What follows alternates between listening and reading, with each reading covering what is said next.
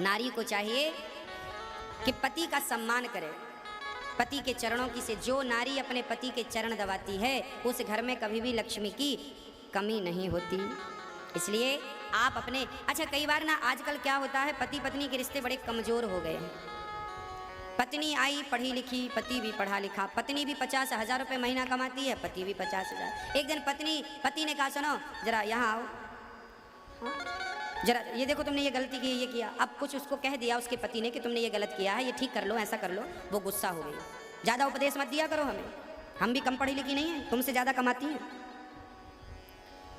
अरे भाई, पत्नी भी कमा रही है, पति भी कमा रहा है, बात बुरी नहीं है। पर पत्नियां कमा कमा करके यदि ये कहने लग जाएं कि हम कमा रही हैं तो क्या होगा? तो क्या आपके रिश्ते चल पाएंगे?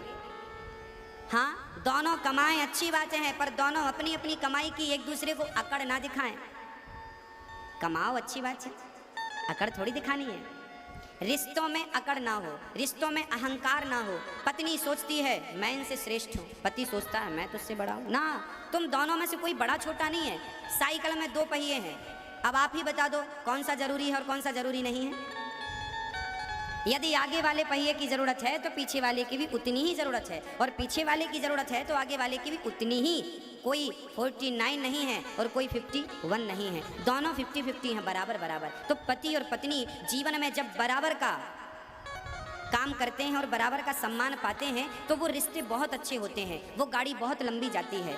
जिनके घर में जो पत्नी अपने पति का सम्मान करती है और जो पति अपनी पत्नी का आदर करता है। कई बार पुरुष पत्नी को कहता है कि सुनो, हम तो बाहर जाके कमाते हैं, तुम तो घर पे पड़ी रहती हो, कोई काम तो करती नहीं हो, बस बना के खिला देती हो, बस वो कहती रहती हो दिन भर काम करते, दिन भर काम करते। तो पुरुष लोग ना पत्नियों को ताने मारते हैं कि हम तो कमाते हैं, तुम तो घर पे पड़ी रहती हो, घर का ही काम करती हो। ना साहब, जरा एक बार तुम घर का काम करके देख लो।